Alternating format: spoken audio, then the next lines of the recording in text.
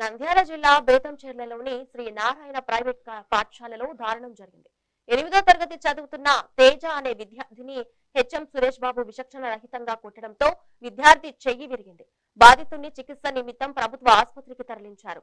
ఈ ఘటనపై ఆగ్రహం వ్యక్తం చేసిన ఏఐఎస్ఎఫ్ విద్యార్థి సంఘ నాయకులు పాఠశాల ఫర్నిచర్ ధ్వంసం చేసి ఆందోళన చేపట్టారు. హెచ్ఎంపై క్రిమినల్ కేసు నమోదు చేసి పాఠశాల గుర్తింపు రద్దు చేయాలని డిమాండ్ చేశారు. ఎంఈఓ విచారణ జరిపి కలెక్టర్ కు నివేదిక ఇస్తామని హామీ ఇవ్వడంతో నిరసన విరమించారు.